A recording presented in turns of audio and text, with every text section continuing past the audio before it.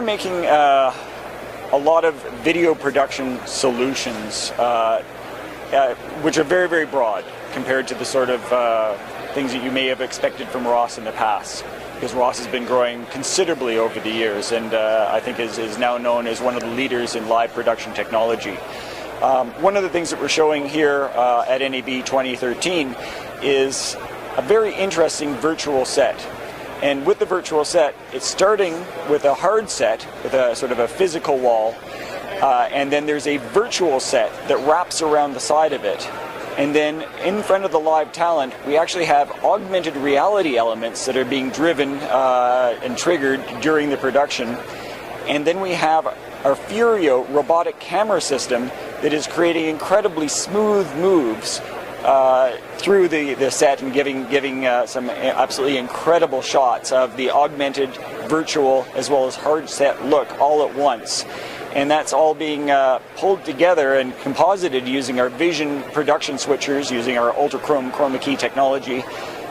And then it's being controlled using our Ross overdrive production control system and being run by one person.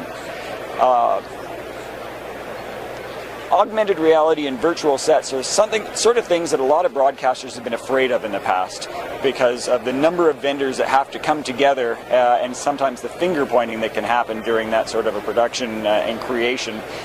And Ross is now pretty much the only vendor in the world that's able to take all of the elements of that production and make it really easy. And that kind of ties in with one of the philosophies we have at Ross is we really want to be able to enable better productions, make productions that are more engaging and interesting, like moving camera shots inside the virtual set, or in front of hard sets for that matter, using our pedestal-based and rail-based robotic cameras. We want to be able to make the productions more engaging, and with our overdrive automation systems and so forth, we're able to make things move faster than they did before, be able to get more elements into news, more elements in sports productions and things like that, while being error-free and less expensive to produce.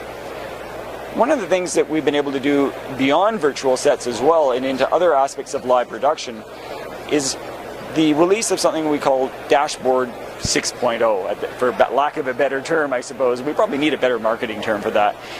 And it's a control system that has evolved to include a feature called Panel Builder.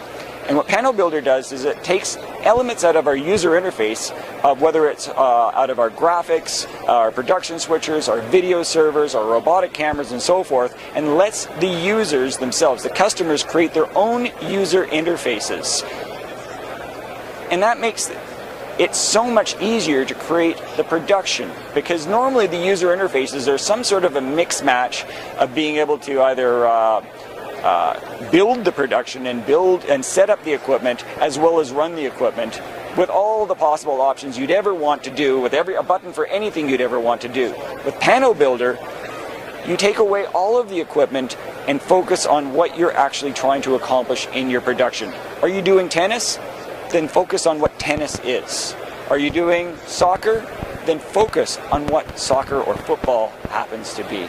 And this is actually a revolution. It's never been done before, and it has to be seen to believe. So when you think about Ross and all the sorts of innovations that we're doing, I think the real thing is we're making it easy to make better and more engaging productions as a kind of a total solutions provider now. Being in live production, things like cloud services and IT-based infrastructure and things like that really touch at the periphery of what live production is. You still need to be able to line up the pixels and mix the video. So in the live production world, cloud is just something that feeds into the sort of productions that we do, whether it's coming in from cloud or IP-based production technology or coming out. In the end, we're kind of like the last bastion of baseband video, although we're working with NVIDIA graphics cards and things like that, and we're doing real-time decompression of signals. Related to things like 4K, which is another thing we're talking about, it's very early days. 2 days ago, for example, if you're talking to people, they'd say, okay, well, 4K is a quad link signal because it really can't be. There's no method to run it over coax. So they say it's going to be 1, 2, 3, 4 sort of quadrants. And people are, okay, now I understand how we're going to do that. And then the next day you hear, well, it's kind of going to be pixel, pixel, pixel, pixel, and organized in a completely different way, because they're still ratifying the standard of how it's even going to be transmitted over those 4 cables and where the pixels are actually going to be. If you think you're going to be able to do a high-end production or any sort of significant production in 4K, you're a little early. They still haven't completely figured out how in production they're actually even going to organize the look of the picture.